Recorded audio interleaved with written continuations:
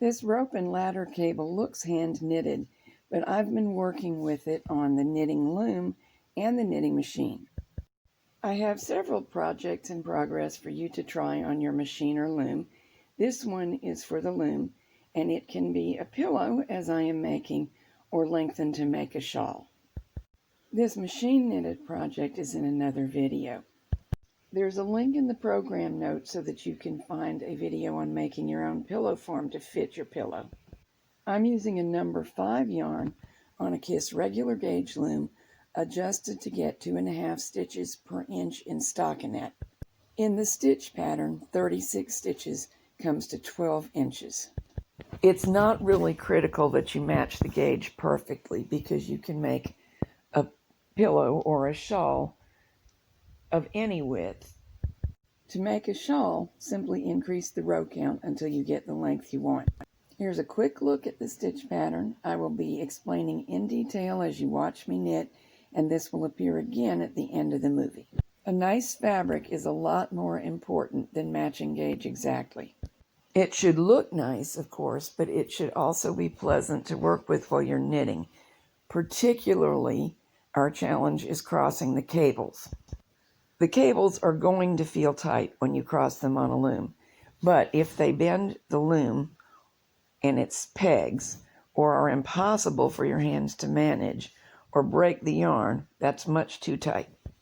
The gauge that I'm working in can be achieved on the Kiss Dragon loom, on some Cindywood looms, and on some nifty knitter looms, but I am choosing to use the regular gauge Kiss loom. The reason is that with the pegs a little bit closer together, side to side, and the extra length needed for the stitches created by spacing the boards, the geometry involved in crossing the cables makes the cable crossing easier. This chart represents the 36 stitches used in the project. My board is configured in a square, and I'll knit on 3 sides of it. It does not matter whether yours is that shape or not. It can be straight or round as long as you have room for 36 stitches. I'll cast on from left to right and then begin knitting from right to left and work back and forth. Begin the project by casting on 36 stitches. I am showing you the long tail cast on, which does make a nice beginning to the project, but any neat cast on is acceptable. If you want to learn the long tail cast on, I do have an entire video on it, and I will place a link to that video in the program notes. It does not really matter how your pegs are configured as long as you have enough for 36 stitches. The loom that I'm using has 12 on each side, which makes dividing up the thinking process very handy. We're going to slip the first stitch and knit the next stitch of every row. Then purl the next 2 stitches. The following 6 stitches create the double garter stitch.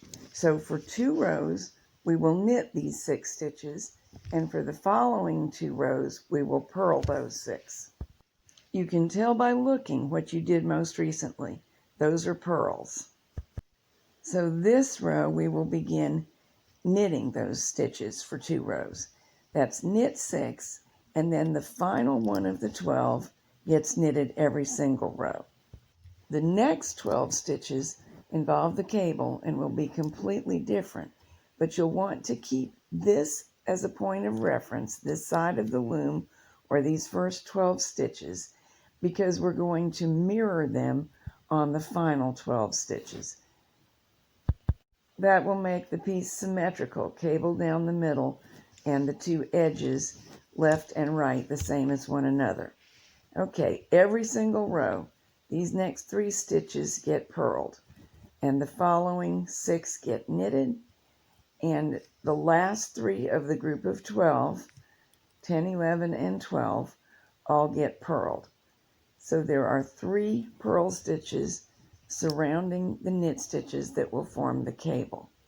And then every 8th row, we will take 1 additional step and cross the cable in the center. If you began counting with stitch number 1 at the far right, the first side of the loom is 12, and these are stitches 13 through 24, which are 3 purls, 6 knits, and 3 purls every single time, going both directions on the loom. I'll get these knitted over and we will look at stitches 25 through 36 on the next side of the loom, which mirror the opposite side. So we will always knit the first one, and then the next 6 will be knitted for 2 rows, then purled for 2 rows, followed by 2 purl stitches, and every row finishes with 2 knit stitches. I'll knit over my knits and we'll knit back. Again, we will slip the very first stitch, knit the next stitch, purl 2, and then either knit or purl the next 6 as our pattern demands. The 12th of these stitches is always a knit stitch. So you're looking at the first 2 rows of what's basically a 4-row pattern. For 2 rows, we do the same exact thing. Then for 2 more rows, it's only a little bit different. It's based on those 6 stitches on each side that may get knitted or may get purled. So we're making the trip back around, knitting the knits and purling the purls is another way to think about it. On rows 3 and 4, we'll change up and we'll purl some stitches that were knitted on the last 2 passes. We'll complete that 4-row pattern twice, but on the 8th total row, every other time we complete the pattern is when we will also cross the 6-stitch cable that I'm knitting over right now. This row, it does nothing extraordinary, it just gets knitted. Here come the final 12 stitches of row 2, and everything that was knitted the first time around will get knitted. Everything that was purled will get purled. And of course, we always knit these last 2 stitches. I'll knit over and then we'll be ready for the second phase. As always, slip 1, knit 1, then purl 2. Also, always knit the stitch after the purl 2. The next 6 are the ones that we previously knitted. So now we're going to purl those 6 for 2 rows and finish up the first 12 with 1 knit stitch as always.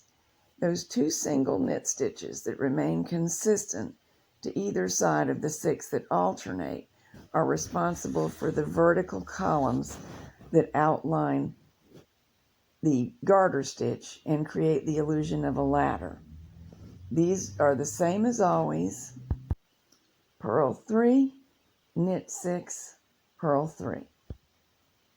Now we're on to stitches 25 through 36, which are mirroring the opposite side or the first 12 with knit 1, in this case purl 6, knit 1, purl 2, knit 2, and that finishes out the row. On the return row, row 4, knit the knits and purl the purls. We repeat everything we just did another time, and on row 8, the return trip, we finally cross a cable. Purl 3 leading up to the cable as usual. This is what sets it off and makes it so dramatic. Then for a 3/3 stitch cable to cross, we need a little bit of extra ease in our yarn. So we're going to get it in a somewhat unusual way for this particular project. Take the left 3 of the knit stitches before wrapping and knitting them again off onto some kind of a stitch holder.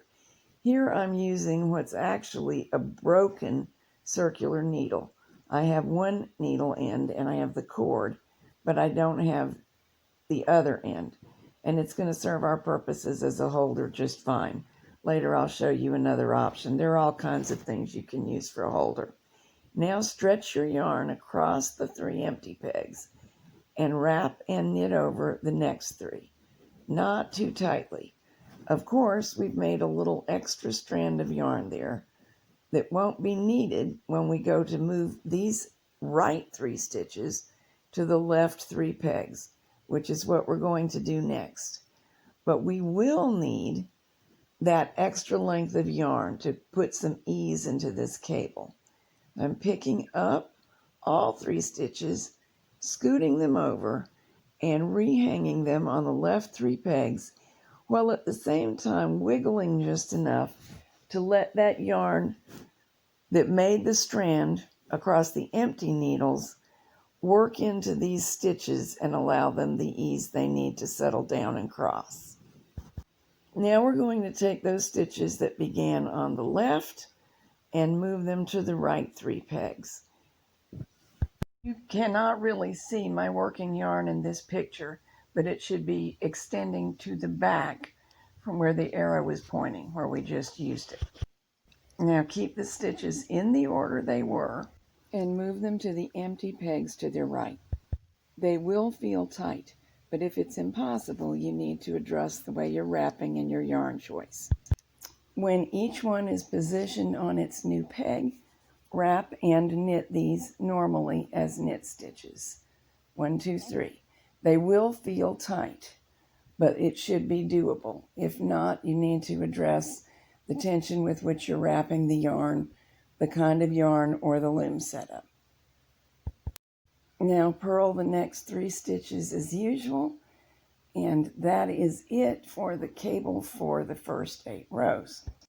Let's go over the chart real quick, because you can actually work the entire design just by consulting the chart. This represents all 36 stitches. Those marked K are to be knitted, those marked P are to be purled. Those marked X are to be knitted for 2 rows, then purled for 2 rows. Every 8th row, cross the cable. Slip the very first stitch of every row.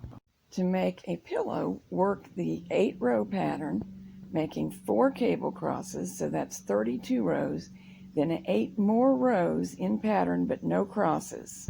Here's the last cable cross. Working those 8 rows afterward creates a symmetrical pattern that's side to side and top to bottom symmetrical. For a shawl, do the same thing, but with an absolute minimum total length of 36 inches. Most women would want much more length than that. A good rule of thumb is bust measurement plus 20 inches. Whatever length you're making, do make the 8 rows after the cable cross to make the pattern symmetrical, then bind off. So that's it. It's actually not difficult at all, and at this gauge it goes very fast. First few times through, it'll take you to memorize the pattern, and after that it's easy going. Have fun with it.